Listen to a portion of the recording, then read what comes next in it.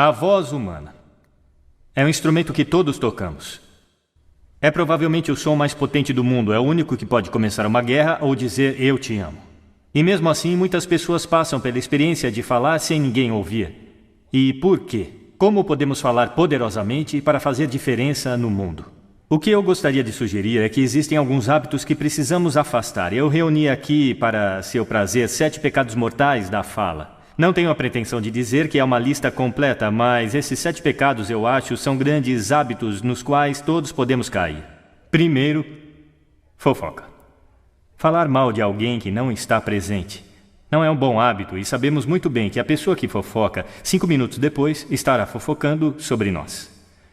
Segundo, julgar. Conhecemos pessoas como nessa imagem. É muito difícil escutar alguém se você sabe que está sendo julgado e condenado ao mesmo tempo. Terceiro, a negatividade. Você pode cair nessa. Minha mãe, nos últimos anos de vida, tornou-se muito negativa e isso é difícil de ouvir. Eu lembro que um dia eu disse para ela, hoje é 1º de outubro, e ela disse, eu sei, não é terrível? É difícil ouvir quando alguém é tão negativo assim. E outra forma de negatividade é reclamar. Bom, essa é a arte nacional do Reino Unido. É nosso esporte nacional. Reclamamos sobre o clima, sobre esporte, sobre política, sobre tudo, mas, na verdade, reclamar é um sofrimento viral. Não é espalhar luz do sol e leveza no mundo. Desculpas. Todos nós conhecemos esse cara. Talvez todos nós tenhamos sido esse cara. Algumas pessoas têm um atirador de culpa. Elas jogam a culpa em todo mundo e não se responsabilizam pelos seus atos. É novamente muito difícil ouvir alguém que está agindo dessa forma. Penúltimo. O 6º dos 7 itens. Exagero. Ele prejudica a nossa linguagem às vezes. Por exemplo, se eu vejo alguém que é realmente incrível, do que eu chamo isso? Então, é claro, esse exagero se torna mentira e nós não queremos ouvir pessoas que sabemos que estão mentindo para nós. E, finalmente, o dogmatismo. A confusão de fatos com opiniões.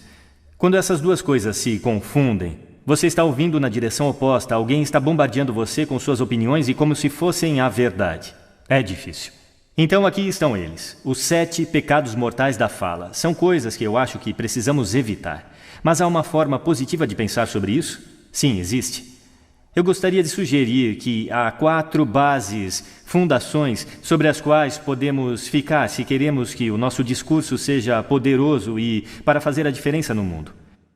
Felizmente, essas coisas soletram uma palavra. A palavra é hail, granizo, e ela tem uma grande definição também. E eu não estou falando sobre o material que cai do céu e o acerta na cabeça. Eu estou falando sobre essa definição. Cumprimentar ou aclamar entusiasticamente, que é como as nossas palavras serão recebidas se ficarmos sobre essas 4 bases. Então, o que elas representam? Vejam se conseguem adivinhar. O H. Honestidade, é claro. Ser verdadeiro no que você diz, sendo direto e claro. O A é a autenticidade. Apenas sendo você mesmo. Um amigo meu descreve isso como estar sobre sua própria verdade, que eu acho que é uma bela maneira de colocar. O I é a integridade. Sendo a sua palavra, na verdade, fazer o que você diz e ser alguém que as pessoas podem confiar. E o L é o amor. Eu não quero dizer o amor romântico, mas quero dizer desejar às pessoas o bem. Por 2 razões. Primeiro, acho que a honestidade absoluta não pode ser o que queremos. Meu Deus, você está tão feia esta manhã. Talvez isso não seja necessário. Temperada com amor, é claro. A honestidade é uma grande coisa. Mas também, se você está realmente desejando bem a alguém, é muito difícil julgar ao mesmo tempo. Eu nem tenho certeza de que você pode fazer as 2 coisas simultaneamente. Então, hail. Além disso, é o que você diz, e é, como diz a velha canção, é o que você diz e também a maneira como você diz. Você tem uma caixa de ferramentas surpreendentes, é um instrumento incrível, e ainda assim esta é uma caixa de ferramentas que poucas pessoas já abriram. Eu gostaria de remexer um pouco lá com você e só puxar algumas ferramentas que você pode gostar de usar e que vão aumentar o poder da sua fala. Registro, por exemplo. Agora, registro de falsete que não pode ser muito útil na maioria das vezes, mas há um registro no meio. E eu não vou ser muito técnico sobre isso com qualquer um de vocês que são treinadores de voz. Entretanto, você pode colocar a sua voz. Então, se eu falar aqui pelo meu nariz, você pode ouvir a diferença. Se eu descer aqui na minha garganta, que é onde a maioria de nós fala, a maior parte do tempo. Mas se você quer peso, você precisa ir até aqui no peito. Você ouve a diferença? Nós votamos em políticos com vozes mais graves. É verdade? Porque associamos profundidade com poder e autoridade. E isto é registro. Então nós temos o timbre. É a forma como a sua voz é sentida. Mais uma vez, a pesquisa mostra que preferimos as vozes que são ricas, suaves e quentes, como o chocolate quente. Bom, se você não é assim, isso não é o fim do mundo, porque você pode treinar. Contrate um treinador de voz. E há coisas incríveis que você pode fazer com respiração, com postura e exercícios para melhorar o timbre. E agora a entonação. Eu amo entonação. Esta é a metalinguagem que usamos para lhes conferir significado. É uma raiz de sentido na conversa. As pessoas que falam tudo em uma nota só são realmente muito difíceis de ouvir se eles não têm entonação alguma. É daí que o mundo monotônico vem, ou monótono, monotom. Também temos entonação repetitiva chegando agora, onde cada frase termina como se fosse uma pergunta, quando na verdade não é uma pergunta, é uma afirmação. E se você repetir essa várias vezes, na verdade restringe a sua capacidade de se comunicar através da entonação, que é uma pena. Então vamos tentar quebrar esse hábito. Ritmo. Eu posso ficar muito animado dizendo algo muito rapidamente, ou eu posso também diminuir até enfatizar. E no final de tudo, é claro, é o nosso velho amigo silêncio. Não há nada de errado com um pouco de silêncio em uma conversa. Não temos que preenchê-lo com uns e ans. Pode ser muito poderoso. Claro, a tonalidade. Muitas vezes vai junto com o ritmo para indicar excitação, mas você pode fazê-lo apenas com a tonalidade. Onde você deixou as chaves? Onde você deixou as chaves? Significados ligeiramente diferentes nessas duas formas. E, finalmente, o volume.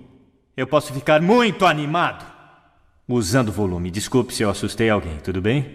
Ou eu posso fazer vocês realmente prestarem atenção ficando bem quieto. Algumas pessoas irradiam o tempo todo. Tente não fazer assim. É chamado de sodcasting.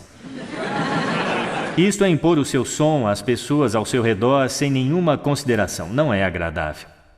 Naturalmente, onde tudo isso entra em jogo, acima de tudo, é quando você tem algo realmente importante para fazer. Pode ser num palco como este, dando uma palestra, pode ser propondo casamento, pedindo um aumento, discursando em um casamento, seja o que for. Se é realmente importante, você deve isso a si mesmo. Olhar para esta caixa de ferramentas e o motor que vai funcionar, e nenhum motor funciona bem sem ser aquecido. Aqueça sua voz. Na verdade, deixa eu mostrar como fazer isso. Será que todos podem ficar de pé por um momento?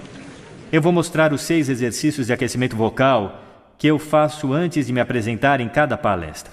Sempre que forem falar com alguém importante, façam isso. Primeiro, braços para cima, respiração profunda e inspirem. Assim. Mais uma vez. Muito bom.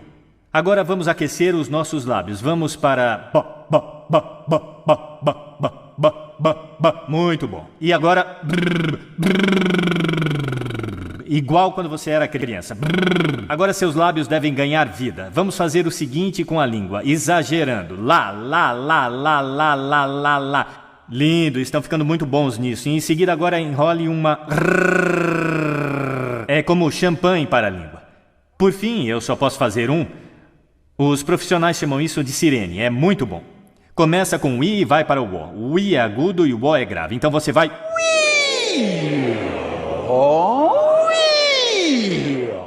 Fantástico, uma salva de palmas para vocês. Sentem-se, obrigado.